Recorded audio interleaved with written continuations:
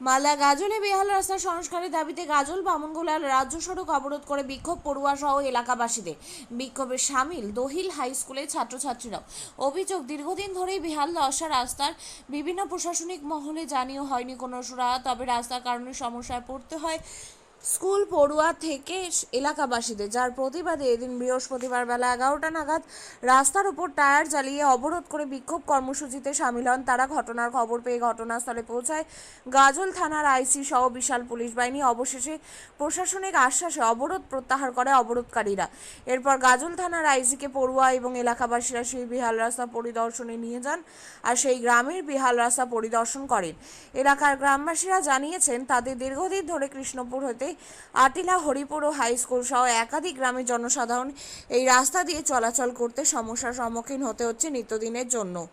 দেখুন, আজকে কৃষ্ণপুর স্ট্যান্ডে আমরা পথ অবরোধ করতে বাধ্য হয়েছি। আমরা বারবার প্রশাসনকে বলেছি যে আমাদের এই রাস্তা করে দেওয়া হোক, কিন্তু প্রশাসন এখনও অবধি যেহেতু শোনেনি, তার জন্য আজকে আমরা পথে নামতে বাধ্য হয়েছি। যে রাস্তা দিয়ে দহিল হাই স্কুল সহ একাধিক প্রাইমারি স্কুল, নার্সারি স্কুল আছে, এমনকি 7-8টা গ্রামের লোক আমরা যাতায়াত করি। আমরা চাইছি অবিলম্বে রাস্তাটা হোক, তার জন্য আজকে আমরা এই পথ অবরোধে নামা আমাদের ছাত্র সমবায় সমিতির ব্যাংকের সামনে। হ্যাঁ, এই দেখুন 8 থেকে 10 বছর ধরে সমস্যা চলতেই আছে। একটু বর্ষা হলে বা একটু বৃষ্টি হলে এটা হয় আমাদের। অভিযোগ আমরা জানিয়েছি আমাদের বিডিও থেকে প্রধান, সালাইডাঙ্গা অঞ্চল, রানীগঞ্জ 2 পঞ্চায়েত সমিতির সভাপতি সহ আমরা বিডিওকেও জানিয়েছি এই ব্যাপার নিয়ে। আমার নাম মনন্তোষ মণ্ডল, আটিলা গ্রামবাসী। মাত্র এই জন্য করেছি, আমাদের এই রাস্তা আমরা 7 থেকে 8টা গ্রামের মানুষ চলাচল করি, কিন্তু বারবার প্রধান ভিডিওকে বলা সত্ত্বেও এখনো অবধি তারা আমাদের রাস্তাটা করছে না। আমরা বলেছিলাম যে বুধবার থেকে বৃহস্পতিবারের মধ্যে আপনারা চলার জায়গাটুকু করে দিন, কিন্তু তারপরে প্রশাসন এখনো অবধি শুনছে না। তার জন্য দহিল হাই স্কুলের ছাত্রছাত্রী সমেত আমরা গ্রামবাসীরা আজকে পথ অবরোধ করতে বাধ্য হয়েছি।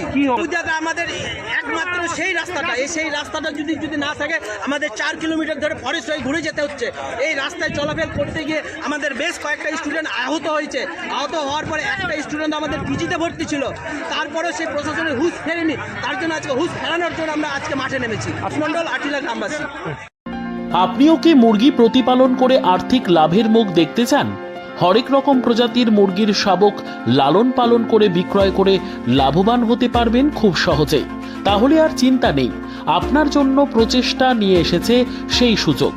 একই ফার্মে হরেক রকম প্রজাতির মুরগি পেয়ে যাবেন এখানে রয়েছে করকনাথ মুরগি, এছাড়াও আছে গিনি, ফ্রিগেল, টার্কি দেশি, এছাড়াও কোয়েল মুরগির শাবক পাইকারি এবং খুচরো বিক্রয় করা হয়। যারা মুরগি পালন করে লাভবান হতে চান তাদের সকলকে আহ্বান জানাই আমরা। আজই চলে আসুন আমাদের প্রতিষ্ঠানে। আমাদের ঠিকানা মহারাজাহাট, রায়গঞ্জ, উত্তর দিনাজপুর। মোবাইল নম্বর 8250428960, 8145717292, 9907063902। শিক্ষাই জাতির মেরুদণ্ড। ছোট ছোট শিশুদের প্রাথমিক শিক্ষা পরিপূর্ণ না হলে আগামীতে সেই শিশুরা সঠিক পথে চলতে গিয়ে হোঁচট খায়। শিশুদের এই শিক্ষার প্রয়োজনীয়তাকে সামনে রেখেই গত 1 বছর ধরে পরিষেবা দিয়ে চলেছে জিনিয়াস এডুকেয়ার একাডেমি। শিশুদের অত্যাধুনিক শিক্ষায় শিক্ষিত করে তোলার একমাত্র বিশ্বস্ত প্রতিষ্ঠান এই একাডেমি। এখানে অভিজ্ঞ শিক্ষক শিক্ষিকা দ্বারা যত্ন সহকারে মাতৃভাষা বাংলা মাধ্যমে পড়ুয়াদের শিক্ষা দেওয়া হয়। একেবারে খেলার ছলে বিনোদনমূলকভাবে বাচ্চাদের এখানে পাঠ দেওয়া হয়। পড়াশোনার পাশাপাশি বাচ্চাদের বিনোদনের ব্যবস্থাও রয়েছে এখানে। তাই আপনার বাচ্চাকে ছোট থেকে অভিনব শিক্ষায় শিক্ষিত করে মানুষের মতো মানুষ করে তুলতে হলে এই শিক্ষা প্রতিষ্ঠানের উপরে ভরসা করতেই হবে। আমাদের ঠিকানা জিনিয়াস এডুকেয়ার একাডেমি, স্থান ঘুঘুডাঙ্গা মোড়, পোস্ট ভূপালপুর, রায়গঞ্জ, উত্তর দিনাজপুর। মোবাইল নম্বর 9563630109 অথবা 7029042308।